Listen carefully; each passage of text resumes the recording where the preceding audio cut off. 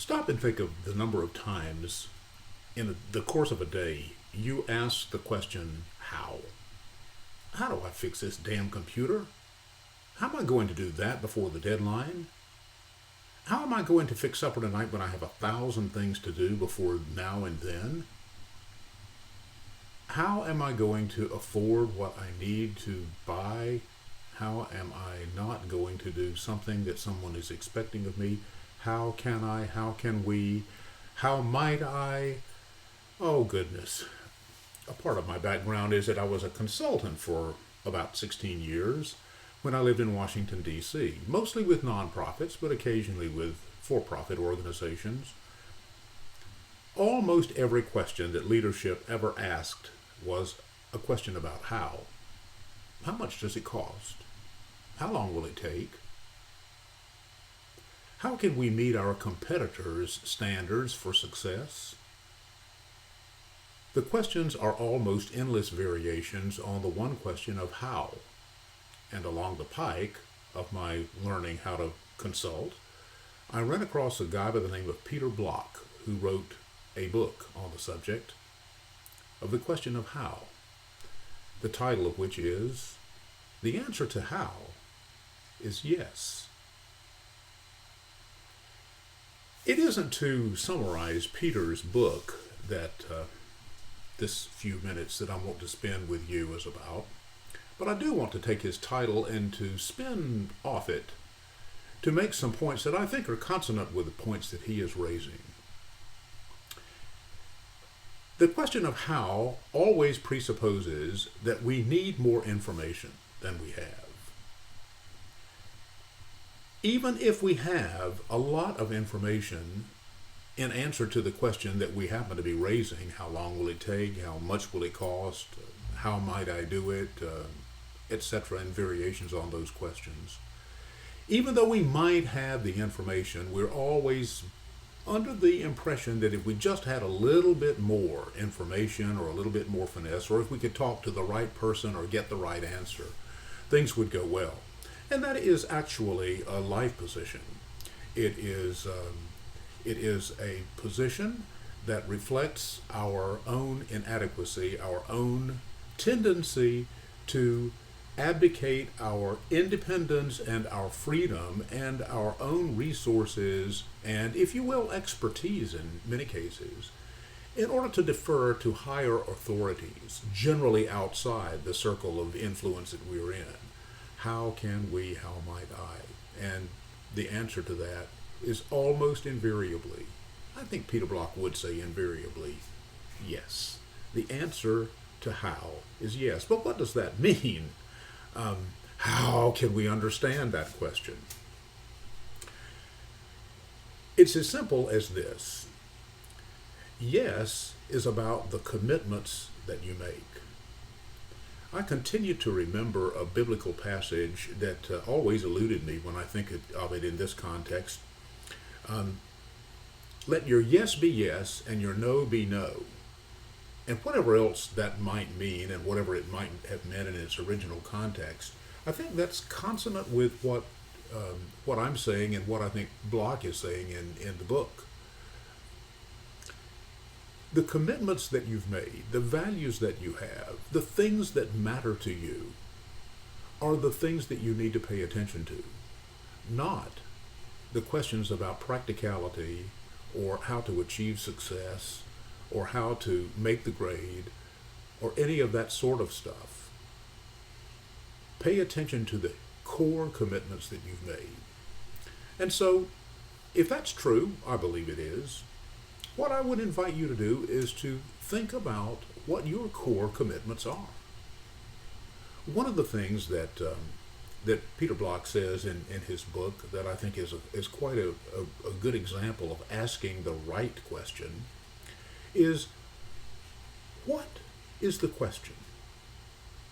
Which, if I had the answer to it, would set me free. Think about that.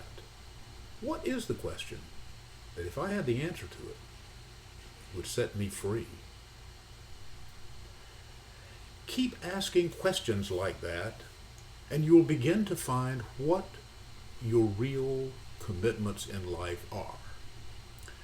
Now, I don't know how would I know what in your life is your chief motivation?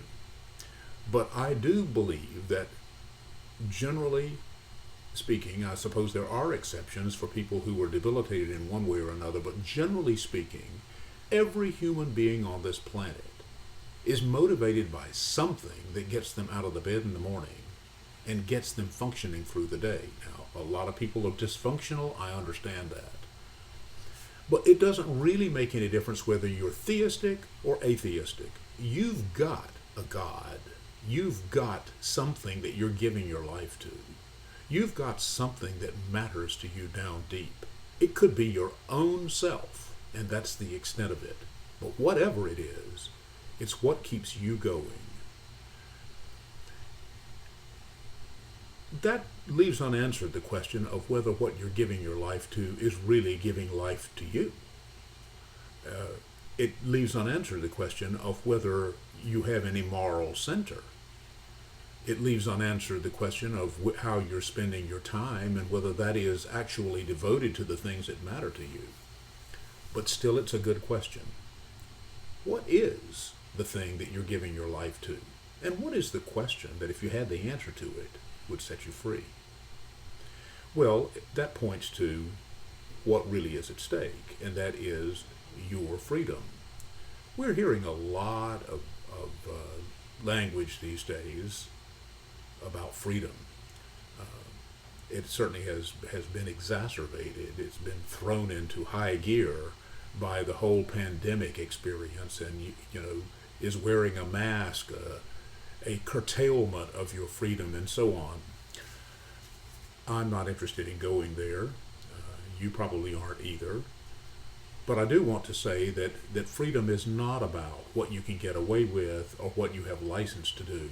Freedom is about how you can be your authentic self.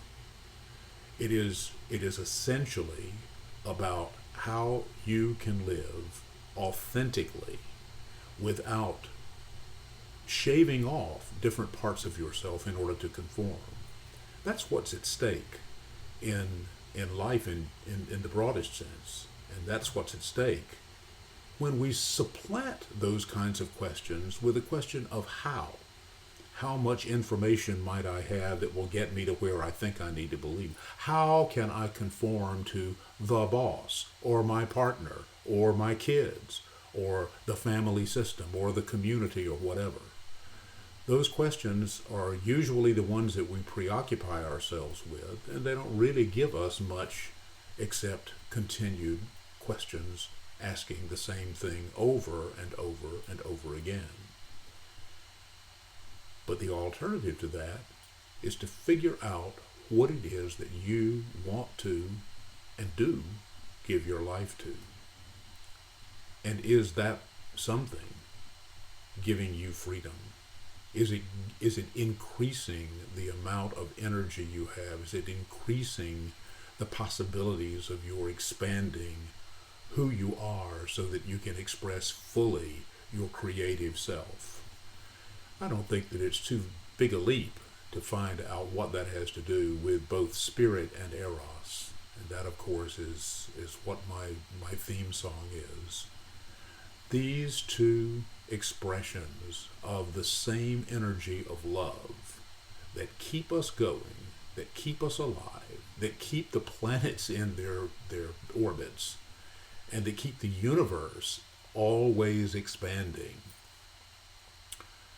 These two energies, these two things, eros and spirit, are where our center lies. And discovering that, living that, believing in that is key. So, what shall you do?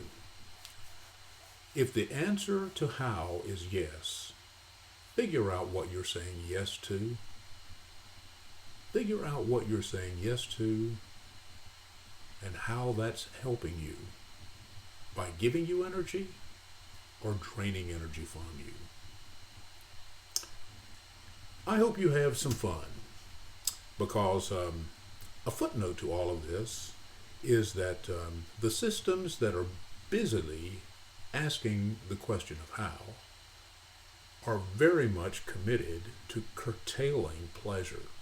Now, that's a broad subject that we'll face in another video sometime. I just want to suggest that what you're giving yourself to, and what you're saying yes to, or whom you're saying yes to, I hope is something, some being, some cause that is not robbing you of pleasure. That's key. And keep your ears and eyes open for a video about just how that plays into lifetime commitment and the resulting freedom that can come from it. Take care.